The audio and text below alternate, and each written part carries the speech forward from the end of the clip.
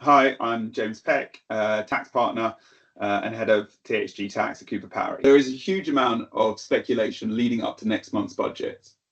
Several tax changes are being speculated, driven by a need to address an increased gap in public finance.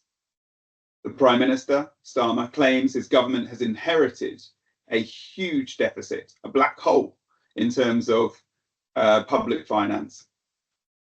The Labour government are currently playing their cards close to their chest in terms of what the proposed changes are likely to be.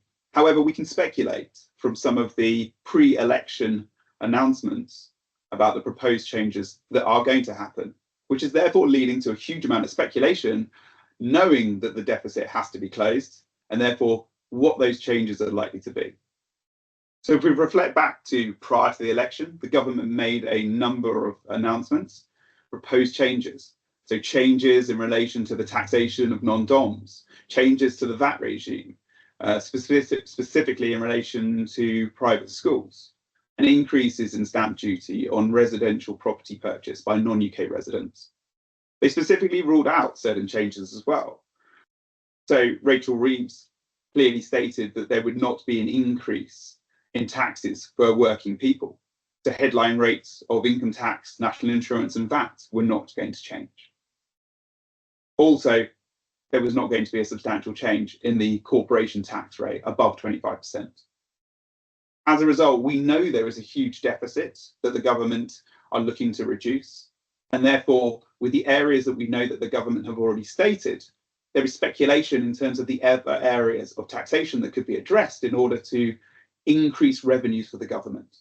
The speculation has been hyped further by the Rose Garden speeches from the end of August, where Starmer referred extensively to a black hole in the country's finances.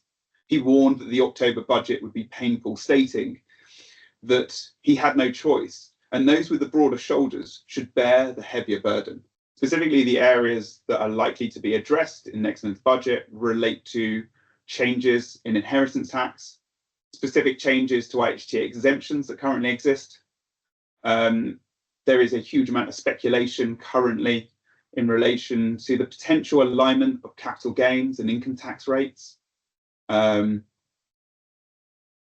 Discussions around carried interests for PE funds, rises in stamp duty land tax, and also changes to pension tax reliefs that currently exist. The overarching view here is that these proposed changes aim to raise revenues without increasing headline rates across income tax, national insurance and VAT, which therefore creates concerns about the overall impact for wealthier taxpayers and for wealthier businesses. When it comes to the proposed changes in relation to capital gains tax, the idea of an alignment between income tax rates and capital gains tax rates could have a profound effect on the level of entrepreneurship in the UK. Entrepreneurship has never been so high in the UK as currently, where new businesses are being set up and established in order to further the growth of the wider economy. Those individuals who are taking that risk, the entrepreneurs, the founders, are doing that and putting their own risk into these businesses.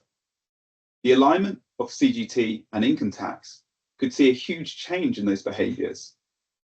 Potentially, those individuals might look to set up businesses not in the UK and be incentivised by other tax regimes on a global basis. The other overarching concern is the timing, the proposed changes when these will impact. Again, the government have not said anything in relation to this. Next month's budget is likely to see some stark changes in relation to the tax landscape as we know it. Starmer stated that the budget is likely to be painful and tough. The issue that we face currently is that there is so much speculation in terms of what may be coming down the road.